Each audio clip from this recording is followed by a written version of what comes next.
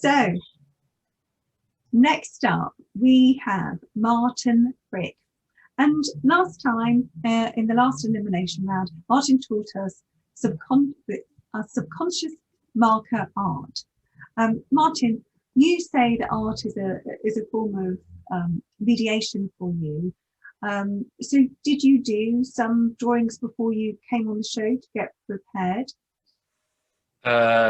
Not mediation, I would say meditation. Oh, sorry, meditation. meditation. Yeah, don't worry. So yeah, I mean, the artwork for me is just a way of expressing my acceptance, therefore also love towards the whole world. And it just comes naturally whenever I feel either overwhelmed with happiness or with sadness or with something. I just take either marker or pencil and I just draw it off my chest and I feel much lighter afterwards. So wonderful. Thank you. Yeah. Well, audience, let's see what the judges said last time about Martin. Thank you.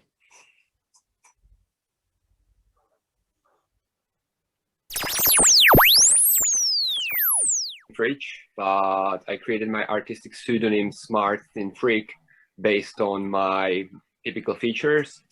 And what I do is subconscious marker art. One of them is the evolving complexity of being, which is somehow summarizing my whole life journey and my whole life experience. And the second artwork is the Mother of Snail.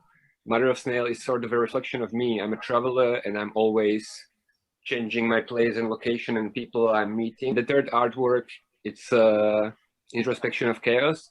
And in introspection of chaos, I try to capture the story of basically lockdown. I love the work. Painting, your work shouts out genuinity and honesty. So I think it's very interesting, and especially the work introspection of chaos. I think everybody's going through it. Some are projecting, some are not projecting, some are thinking, some are not thinking. But I think because of this 2020, everybody has this in their mind.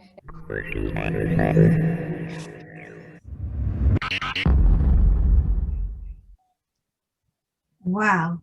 Well, that was a fantastic recap of last time. So let's go to the judges to find out what they would like to know more from you, Martin. Over to you, Dr. Richard. Thank you, Chevy. Martin, I still love the work. I think it's really exciting and fresh and interesting. Thinking about it since I knew you were a finalist and reflecting on it, I suppose one question for me is, in a sense, the subconscious is always in dialogue with the conscious. And how much do you look back at your work after you make it and actually reflect on what you've made, on the images which emerge and what they might be saying? And I suppose I'm just like to know a little bit more about the kind of the flow and backwards and forwards between the subconscious making into looking at it, thinking about it, then back into subconscious making, and do you see developments, and where do you see those developments, and where do you think, where's it taken you on, as you made these drawings, where's it taken you on your own personal journey? Yeah, I would say since my life is going somehow in circles and everything keeps repeating itself, for me, yeah, I do my artwork, I create an artwork and I look at it quite often, I'd say, because I need to reflect on what kind of person I was, let's say, in the past. So in order not to go just in circles, but let's say go in spirals and go up somewhere, I'm looking at it quite often and analyzing myself from or my subconsciousness at that point when I was creating it and comparing it to my current me and hoping that I will, somehow grow higher and become a better person and be more, I don't know, be more complex and good and, I don't know, pretty much reflect myself onto the world and reflect my beliefs and my goodwill and everything into the world and try to maximize it. So I'd say I look at it every now and then. I browse all of my drawings and artworks and try to find myself in a certain moment, or compare my current moment with the past and figure out where I am in my life. It's very easy for me to, it's sort of like keeping a journal. You can always find yourself in a position somewhere or some situation, and you know that you've already been in this situation before, and you can find it in your artwork, and you know that, I don't know, you have some struggles right now, and you know that you had the same struggles before, and you know you've overcome it. So yeah, it's sort of hope for me when I look at it. Wonderful. Fantastic. So Yeah. Terry, do you have any comments? I do have a comment and a question. Hi, Martin. We've not met before. Hi. So this is a visual cacophony of thought and feelings. And I thought one can either seek to interpret it through their own psychological lenses or try and work out what's going on in your mind. So as I was looking at it, I was thinking to myself, wow, that's, there's a lot going on here. And I could see that there were multiple levels of thought and consciousness involved in the work. And I thought, I want to interpret this as how I might see it, but maybe what's equally important is how you are experiencing this or have experienced it. But I just wonder, my question, I'll finally get to it, is what are your thoughts about what the viewer might get and take away from your work? Things regarding emotions, beliefs, or actions. What do you think you are thinking about in terms of the viewer? Yeah, in terms of the viewer, I would say it's a balance of negative and positive. There is pretty much everything. There are like all the emotions I've ever went through. And yeah, since I'm creating my artwork, as I said, in like a state of meditation when everything is accepted and not really judged, like all the negative and positive things, they are just there. There is no judgment from my side towards like whether things are bad or things are good. And I would say that's what I'm trying to capture there. It's like, it's pretty funny and ironic. Now it's Valentine's Day.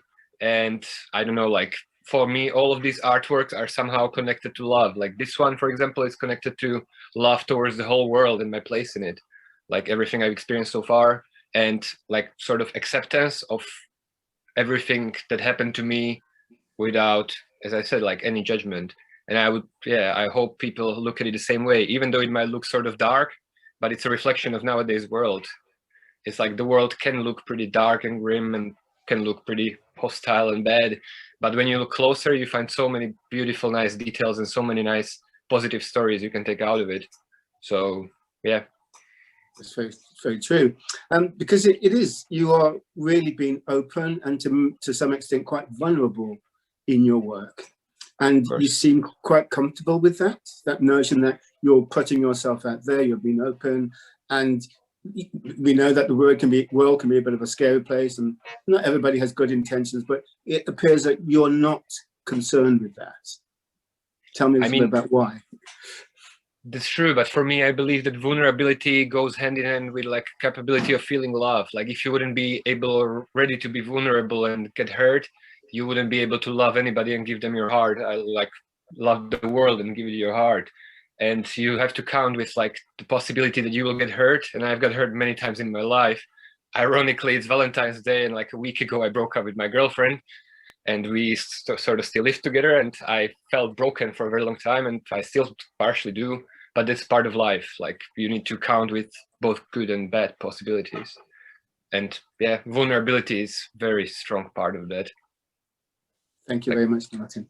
Oh, that's very, very powerful. Sujata, any comments you'd like to make?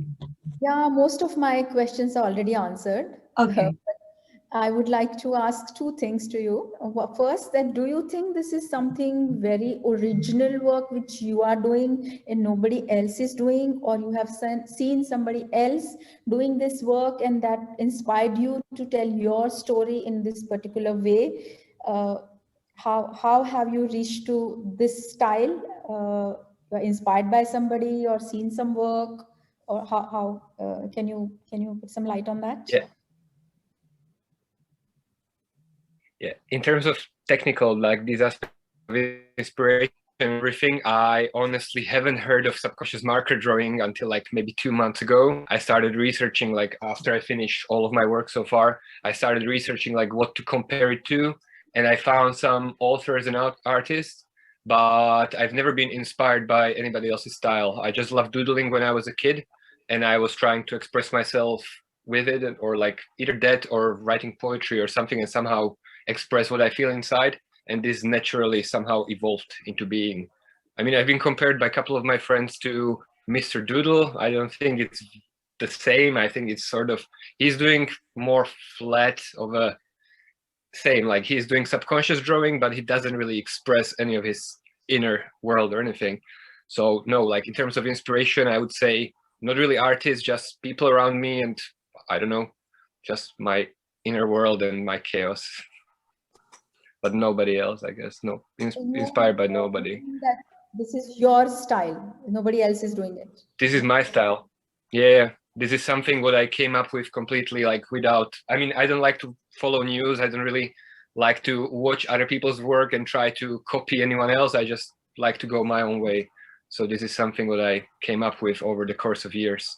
And it took really years. And you take emotional risks in that. So as you said, yeah. Yeah. Oh, fantastic. Thank you, Sujata. That's wonderful.